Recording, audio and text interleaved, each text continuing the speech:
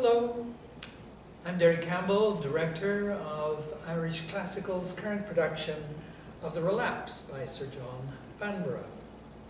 I'm here in the theatre this afternoon to talk to you about that production and the play. And I suppose I'd like to start with a little personal, social, and historical background. I fell in love with Restoration drama in the mid-60s.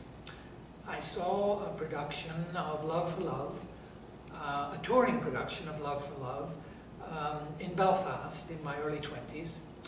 It was an absolutely life-changing experience. The cast included Laurence Olivier at the peak of his acting skills, a very young Albert Finney, and a very young Lynn Redgrave. Actually, Albert Finney and Lynn Redgrave were just out of drama school at the time. And by the end of the evening, I was sore from laughter. I spent most of the performance literally in stitches, and fell in love at that moment with the whole idea of Restoration drama. It's an enormously difficult form for actors and directors, but if you get it right, it's really absolutely hilarious and wonderful to watch and listen to. So, what do we mean when we use the term Restoration drama? Well, essentially it's an historical period covering 1660 to about 1710.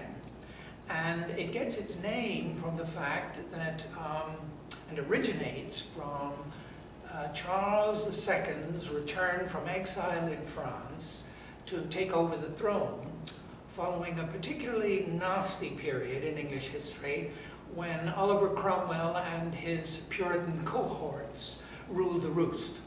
So we were in a country where essentially the Puritans had shut down the theatre for 18 years. They had banned dancing, sports, entertainments of any kind. It was a very dour and very a kind of crippling world in terms of what you might call the joys of life. Charles II comes back from France and decides that he is going to go to war against the whole notion of Puritanism. He becomes, in English history, a figure that we call the Merry Monarch, because he was a man who was libidinous by nature, enjoyed an enormous range of sexual liaisons, produced 14 illegitimate children by various women, from lords and ladies right down to actresses, and even an orange wench in one occasion that we know of.